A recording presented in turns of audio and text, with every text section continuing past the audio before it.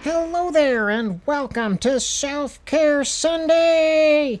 Thank you, Zach, for those groovy mouth sounds. If you're new here, I'm Ruffles Sockman, a fabric-based being, and sometimes roommate of Zach Valenti, creator, actor, artist, inventor, and other pretentious words. Historically, Self-Care Sunday has been a monthly live stream that airs on the first Sunday of the month, exploring creativity and wellness. But if you've been watching this show lately, you know that Zach's been traveling a bunch since moving this past summer, and that doesn't seem to be stopping anytime soon. So we're trying something new. If you're a subscriber to this channel with notifications turned on, or happen to catch Zach's tweet sharing this video, you may be participating in the premiere, which means that if you can see the chat, you may want to see if Zach's lurking in there.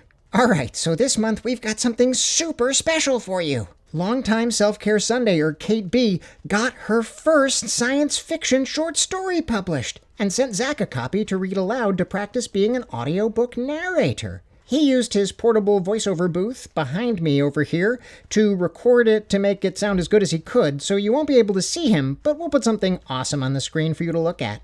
Alright, so I'll be right back after this with a brief meditation tape for all of you, but first, let's take a listen. Blue by Kathleen Bridget. Published on Translunar Traveler's Lounge, August 15th, 2020. "Here's the schematics folder, Lieutenant Commander," Ensign Quafesy said, running back into the engine room, clutching a sky blue folder bursting with papers and notes. This would have been normal and fine with any of the other chief engineers, but Lieutenant Commander Zykays was a jerk. Their promotion last rotation had only made Zem worse, and now working on any engine maintenance with Zem was insufferable. At least Z often ignored Kowal, who was human, and the members of the team who were Signians and Vernai. For some reason, Zykays had it out especially for fellow Physik officers on the ship. This still might have managed to pass without incident if Zykays hadn't taken the folder, clicked Zer mandibles in disapproval and impatience, and said, "I told you to get me the blue folder." Quafesy hesitated. "I didn't see any folders on the desk that looked obviously blue, Lieutenant Commander, so I got the blue folder instead." "You intentionally brought me a blue folder, even when I asked for the blue one?" I see. You thought, well, the Lieutenant Commander asked me for a blue folder, but there's no blue folder, so I'll get a totally different color folder instead. That's probably what Z meant anyway, right? Blue, what's the difference? Old stupid Zykays probably meant blue anyway, because Z doesn't know what colors flagling are, so I guess why bother to spend 17 more seconds looking for a folder that's actually blue, when a blue one is basically the same anyway? "It looked blue to me," Quafesy said softly, hands behind her back and antennae flat against her head in discomfort. "It's kind of a bluish blue." If it were bluish blue, it would be blue, and I would have said blue, but I said blue. Go back and get me the right folder. I'll give you a hint. It's blue. If it looks blue to you, it's not blue, and it's not the one I want. There wasn't a blue folder on the desk, Quafesy said desperately. I looked. Look harder.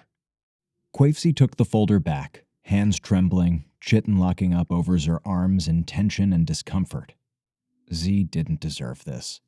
Kowal put down her wrench and stood up. It looks blue to me, she said, trying to give at least a little support to the bewildered ensign. Both Quafesy and Zakay stared at her. It's not, Quafesy said. Zer's shoulder plates vibrated slightly in relieved appreciation, but Zer's tone was still uncertain, and now a bit perplexed. Thanks, Kowal, but it's definitely more blue than it is blue. It's not blue any more than it's blue, Zakay said huffily. It's blue. I'll just go find the blue one, Quafesy said, hurrying out of the room before Zakay could find anything else to snap at Zem for. And as Kowal watched Zem go, she reflected that maybe her professors at the academy had been onto something, actually, when they told her to take the time to learn other languages, rather than relying on the universal translator. Get back to work, Kowal, Zakay said.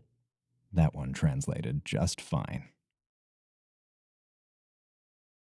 Kathleen Brigid is a writer and student from Massachusetts who is currently pursuing a PhD in archaeology in Arizona. Sci-fi is a fun way to escape to and explore other worlds and societies, especially if she can bring her linguistic/anthropology background in. This is her first publication. Congratulations, Kate B! Also, can somebody please explain to me what blue looks like? Socks are notoriously colorblind. Okay, before we sign off for this week, have a listen to this recent episode of Focused AF, a daily meditation podcast Zach's been publishing this year. It's very different from what you might be used to when you think of meditations, so let us know what you get from it in the comments below. All right, here goes nothing. October 3rd. The very nature of thought. Time is thought, and thought is the process of memory that creates time as yesterday, today, and tomorrow, as a thing that we use as a means of achievement, as a way of life. Time, to us, is extraordinarily important. Life after life, one life leading to another that is modified, that continues. Surely, time is the very nature of thought. Thought is time.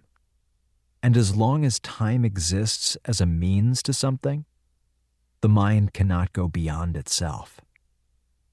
The quality of going beyond itself belongs to the new mind, which is free of time. Time is a factor in fear. By time, I don't mean the chronological time, by the watch, second, minute, hour, day, year, but time as a psychological, inward process. It is that fact that brings about fear. Time is fear.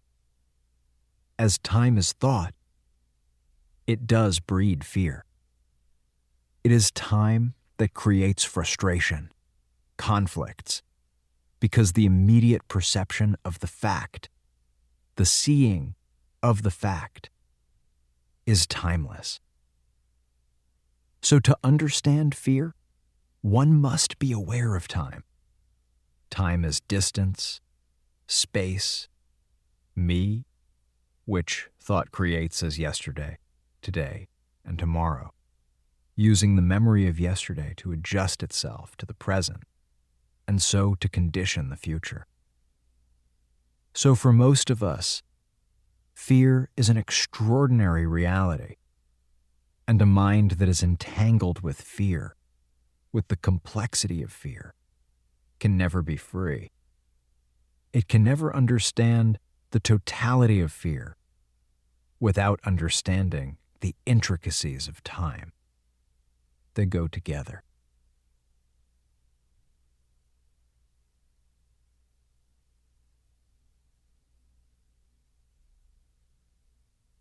This has been an excerpt from The Book of Life, Daily Meditations with Krishnamurti, published by Harper One and read for you by Zach Valenti. For archived episodes, more information about the project, and contact information, you can visit www.focused.af. Thank you for listening, and tune in tomorrow for a new episode. Well, that sure was, something, wasn't it? To learn more and subscribe, check out www.focus.af. Yes, it's .af, like .com, but with an A and an F. I wonder what AF stands for. Okay, folks, this has been Self-Care Sunday! If you made it this far, I like you better than everyone else. Give this video a like if you liked it, and don't forget to subscribe if you haven't, and sign up for those little notifications with that bell if you want to get notified whenever we go live or have a premiere like this. Also, let us know in the chat wherever you're tuning in from, and what you do to keep your creativity sustainable. This is Ruffles Sockman, signing off.